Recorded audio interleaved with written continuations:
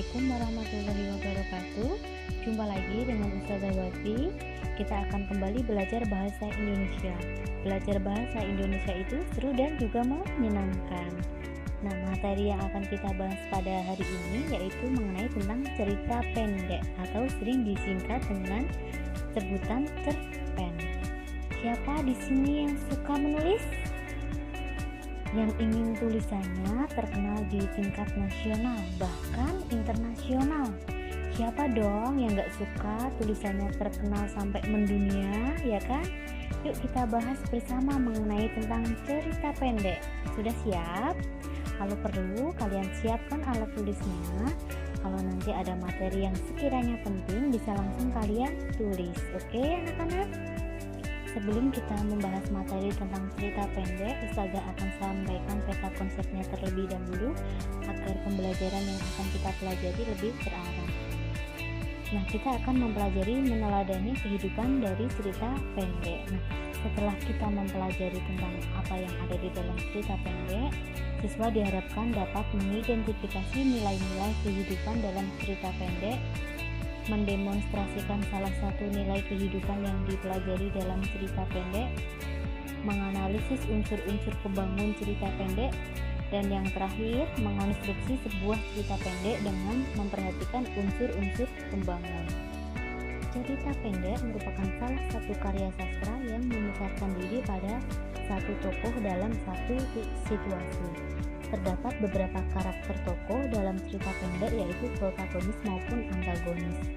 Nah, cerpen itu juga merupakan salah satu bentuk prosa. Apabila dibaca cukup waktu 10-30 menit saja. Makanya kadang cerpen itu disebut juga dengan cerita sekali duduk. Nah, jumlah kata yang ada di dalam cerpen maksimal yaitu 5.000 kata. Dan konflik yang terdapat di dalam cerita pendek ini cukup satu konflik saja. Unsur-unsur pembangun cerita pendek. Unsur pembangun cerita pendek itu ada unsur intrinsik dan juga ekstrinsik. Nah, yang akan kita bahas dulu yaitu mengenai unsur intrinsik cerita pendek. Unsur intrinsik yaitu unsur yang membangun cerita dari dalam cerita. Yang pertama ada tema. Tema adalah gagasan yang menjalin struktur isi cerita. Tema suatu cerita menyangkut segala persoalan, baik itu berupa masalah kemanusiaan, kekuasaan, kasih sayang, kecemburuan, dan sebagainya. Nah, tema sama judul itu bedanya apa ya? Ada yang tahu? Tema sama judul itu sama-sama mendasari sebuah cerita. Bedanya kalau tema itu lebih bersifat umum, sedangkan judul itu lebih bersifat khusus. Contohnya kalau temanya tentang pendidikan, berarti judulnya itu masalah pendidikan di masa pandemi. Begitu. Selanjutnya amanat. Amanat merupakan ajaran atau pesan yang hendak disampaikan pengarang. Dan yang ketiga, penokohan. Nah, penokohan itu biasanya pasangannya sama tokoh. Tokoh itu orang yang berperan di dalam cerita, sedangkan penokohan itu merupakan gambaran karakter atau watak si tokoh. Selanjutnya ada alur. Alur merupakan pola pengembangan cerita yang terbentuk oleh hubungan sebab akibat ataupun bersifat kronologis. Selanjutnya ada latar. Latar merupakan tempat, waktu, dan budaya yang digunakan dalam suatu cerita. Dan yang terakhir ada gaya bahasa. Gaya bahasa dalam cerita, penggunaan bahasa berfungsi untuk menciptakan suatu nada atau suasana persuasif serta merumuskan dialog yang mampu memperlihatkan hubungan dan interaksi antara sesama tokoh. Cara penggambaran karakteristik tokoh. Yang pertama ada teknik analitik langsung. Jadi watak si tokoh digambarkan seorang penulis itu digambarkan langsung di dalam sebuah cerita. Contohnya, Alam termasuk siswa yang paling rajin di antara teman-temannya. Ia pun tidak merasa sombong walaupun berkali-kali dia mendapat juara bela diri. Sifatnya itulah yang menyebabkan ia banyak disenangi teman-temannya. Yang kedua, penggambaran fisik dan perilaku tokoh. Watak si tokoh yang ada di dalam cerita digambarkan seorang penulis lewat dari fisik dan perilaku si tokoh di dalam sebuah cerita. Yang ketiga, penggambaran lingkungan kehidupan tokoh. Karakternya itu timbul dilihat dari bagaimana keadaan lingkungan kehidupan si tokoh. Yang keempat, penggambaran tata kebahasaan tokoh.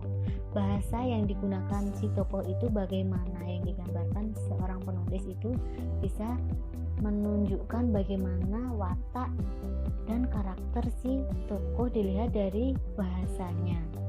Yang kelima, pengungkapan jalan pikiran si tokoh. Nah, karakternya itu bisa dilihat seorang pembaca itu dari jalan pikiran si tokoh yang dituliskan seorang penulis. Yang keenam, penggambaran oleh tokoh lain. Jadi, karakternya itu timbul karena ada ucapan seumpama ini, tokoh si A sifatnya itu digambarkan dengan ungkapan si tokoh si C, begitu.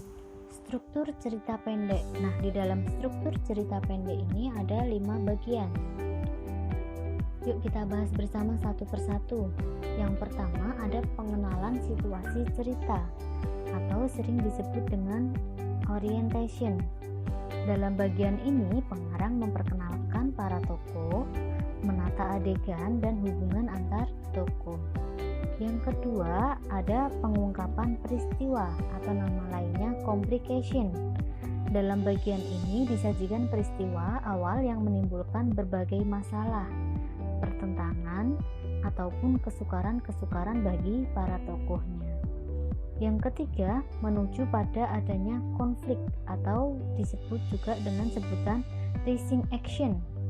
Terjadi peningkatan perhatian kegembiraan, kehebohan, ataupun keterlibatan berbagai situasi yang menyebabkan bertambahnya kesukaran tokoh. Yang keempat, puncak konflik atau disebut dengan sebutan turning point. Bagian ini disebut pula sebagai klimaks. Inilah bagian cerita yang paling besar dan mendebarkan oleh si pembaca. Pada bagian ini pula ditentukannya perubahan nasib beberapa tokohnya.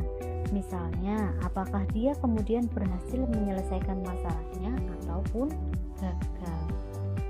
Yang kelima, penyelesaian atau sering disebut juga dengan sebutan ending ataupun coda.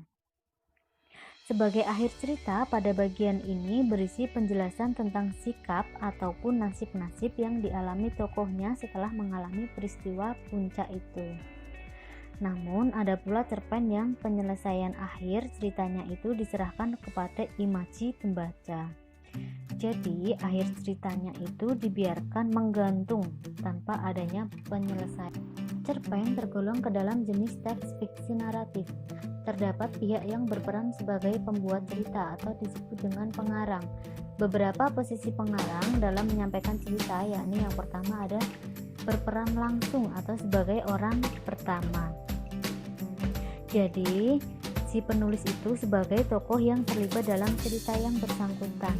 Dalam hal ini pengarang menggunakan kata orang pertama dalam menyampaikan ceritanya. Misalnya aku, saya, kami. Yang kedua berperan sebagai orang ketiga atau disebut dengan pengamat. Ia tidak terlibat di dalam cerita. Pengarang menggunakan kata dia untuk tokoh-tokohnya. Ciri kebahasaan dalam teks cerpen. Yang pertama, banyak menggunakan kalimat bermakna lampau. Kenapa menggunakan kalimat bermakna lampau? Karena cerpen merupakan suatu cerita dari seseorang. Nah, yang namanya cerita pengalaman seseorang tentunya itu sudah terjadi, lalu diceritakan ulang oleh si pengarang. Yang kedua, menggunakan kata yang menyatakan urutan waktu atau disebut dengan konjungsi kronologis. Yang ketiga, menggunakan kata kerja yang menggambarkan peristiwa, menunjukkan kalimat tak langsung pengarang, menyatakan sesuatu yang dipikirkan atau dirasakan tokoh. Yang keempat, menggunakan dialog. Yang kelima, menggunakan kata sifat untuk menggambarkan tokoh, tempat, ataupun suasana. Nah, sekian pembahasan mengenai tentang materi cerita pendek hari ini. Semoga bermanfaat untuk kalian. Terima kasih. Wassalamualaikum warahmatullahi wabarakatuh.